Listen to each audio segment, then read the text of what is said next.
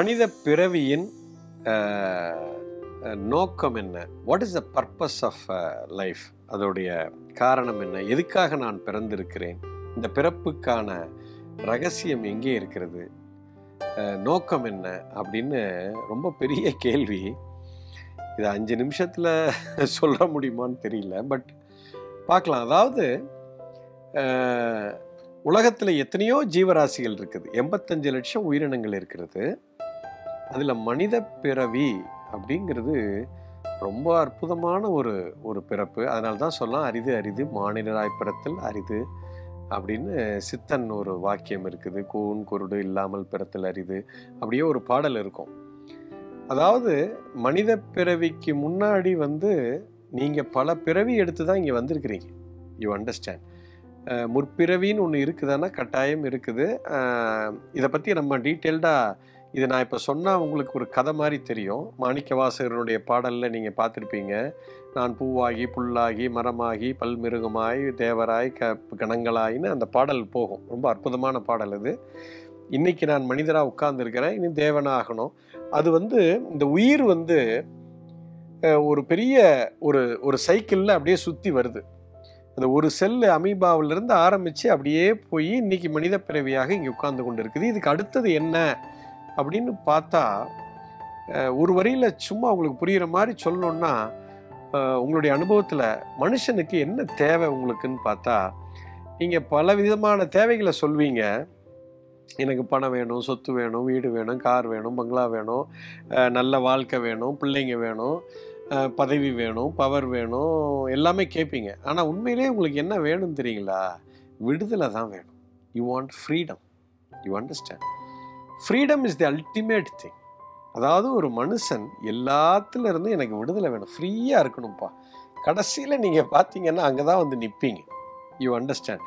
So அதனுடைய எல்லை பார்த்தீங்கன்னா, விடுதலை அப்படின்னா எதிலிருந்து விடுதலை? எதிலிருந்து விடுதலைன்னா, எதெல்லாம் உங்களை டார்ச்சர் பண்ணுதோ, எதெல்லாம் நீங்கள் பிடிப்பு வச்சுருக்கிறீங்களோ, அதிலிருந்து உங்களுக்கு விடுதலை தான் உங்களுக்கு நிரந்தரமான ஒரு ஆனந்தத்தை கொடுக்கும். You understand? சந்தோஷம், ஆனந்தம், ஜாய் அப்படிங்கிறது எப்போ வரும்னா, மனுஷனுக்கு விடுதலை இருக்கணும்.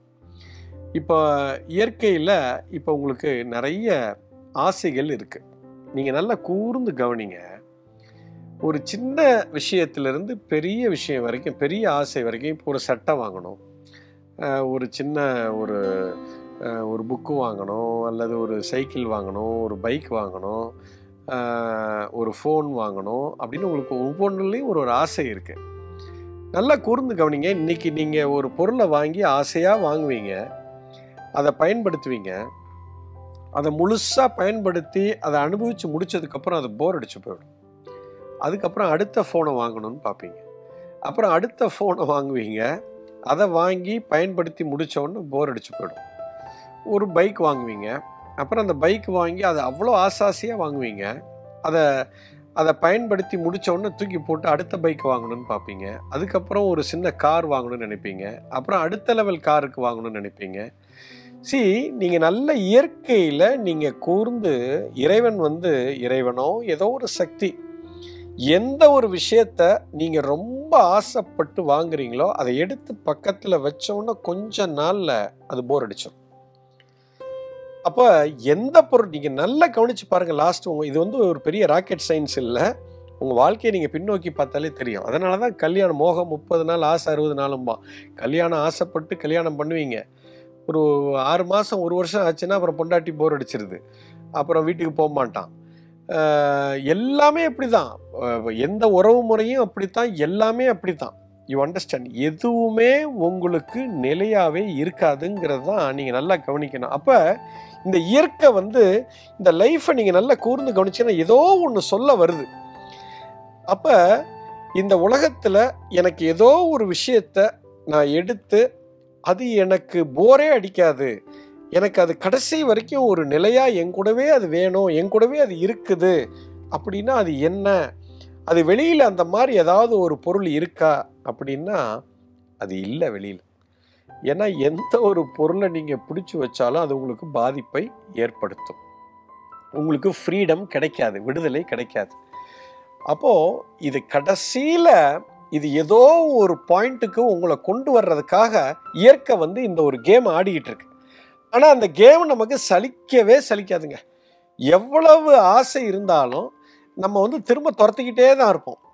அதை பிடிச்சி இது இல்லைன்னா அடுத்தது, அது இல்லைன்னா அடுத்தது, அது இல்லைன்னா அடுத்தது, அது இல்லைன்னா அடுத்தது, அது இல்லைன்னா அடுத்தது, இப்படியே போய்கிட்டே இருக்கும். இதைத்தான் புத்தர் வந்து முன்னாடி சொன்னாரு, ஆசைதான் அத்தனை துன்பத்துக்கும் காரணம், மனுஷன் விடுதலை அடையவே முடியாது. இப்ப புத்தர் வந்து பாத்தீங்கன்னா அதுக்கு முன்னாடி அவர் என்னவா இருந்தாருன்னா, சித்தார்த் கௌதமா பெரிய பிரின்ஸ், சக்கரவர்த்தியினுடைய மகன். அவருக்கு கிடைக்காத விஷயமே எல்லாம் கிடைக்கும். ராஜா அல்ல அவரு, உங்க அப்பா பெரிய சக்கரவர்த்தி அல்லவா. ஸோ சொடக்கு போட்டால் எல்லாம் வந்து நிற்கும். எத்தனை பணம் வேணுமா, செல்வம் வேணுமா, சாப்பாடு வேணுமா, பெண்ணு வேணுமா, பொண்ணு வேணுமா, நாடு வேணுமா, என்ன வேணாலும் கிடைக்கும். ஆனால் அவருக்கு வந்து உள்ளுக்குள்ள ஒரு விடுதலை இல்லை, ஒரு சந்தோஷமோ ஜாயோ அவர் எதிர்பார்க்கறது இல்லை. அப்போ என்னமோ ஒன்று மிஸ் ஆகுதுடா அப்படின்னு தேடி பார்த்து அதை உள்ள கண்டுபிடிச்சார். அது உள்ளதான் இருக்கு அப்படின்னு சொன்னார்.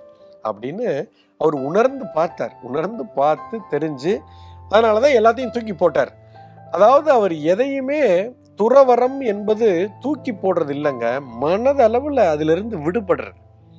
ஒரு பொருளை வந்து நீங்க பயன்படுத்துறதுனால நீங்க வந்து துறவி இல்லாமல் போறதோ துறவி ஆகிறதோ கிடையாது. அந்த பொருள் என்னுடையது அப்படின்னா எனக்கு பாதிப்பு வந்துடும்.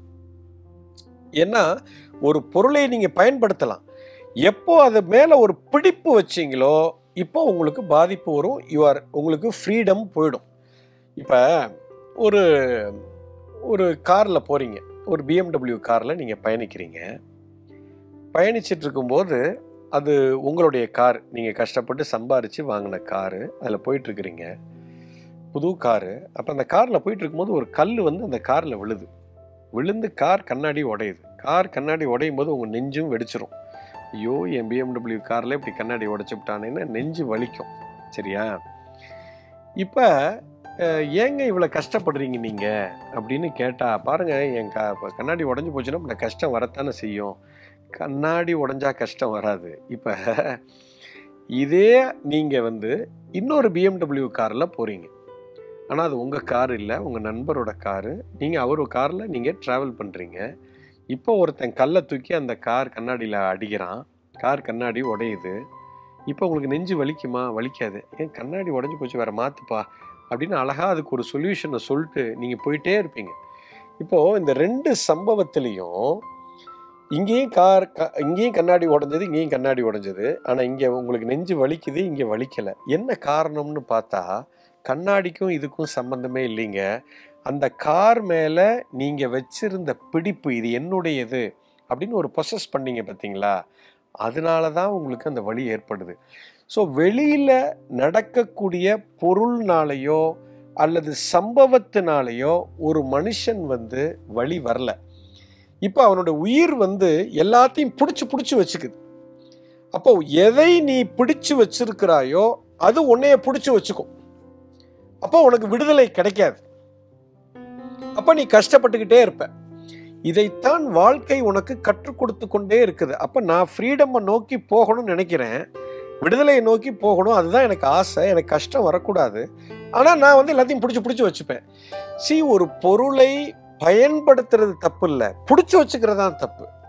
இந்த நிறைய பேர் சொல்லுவாங்க வந்து சாமியாரா போயிட்டா எல்லாத்தையும் விட்டுட்டு ஓடணும். எல்லாத்தையும் விட்டுட்டு ஓட வேண்டாம். விட்டுட்டு ஓடனா உன்னைய துரத்தும். அந்த பொருளெல்லாம் நீ வச்சுக்கலாம், ஆனால் நீ பொசஸ் பண்ணக்கூடாது. என்னுடையதுன்னு நீ வச்சுக்கிட்டீங்கன்னா வழி வந்துடும். ஏன்னா உனக்கு விடுதலை போயிடும்.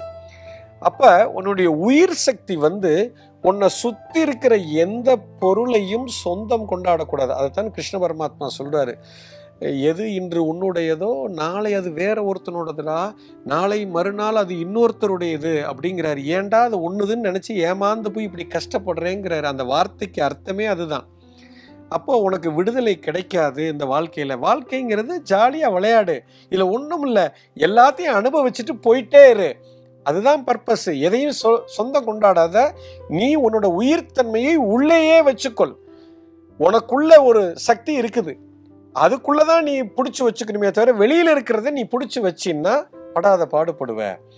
ஸோ இந்த ஒரு ஞானத்தை அடையிறது தான் வந்து மிகப்பெரிய பர்பஸ் ஆஃப் லைஃப். இந்த ஒரு ஞானம் வந்து மனித பிறவிக்கு மட்டும்தான் புரியும். மிருகத்துக்கு சொன்னா புரியாது.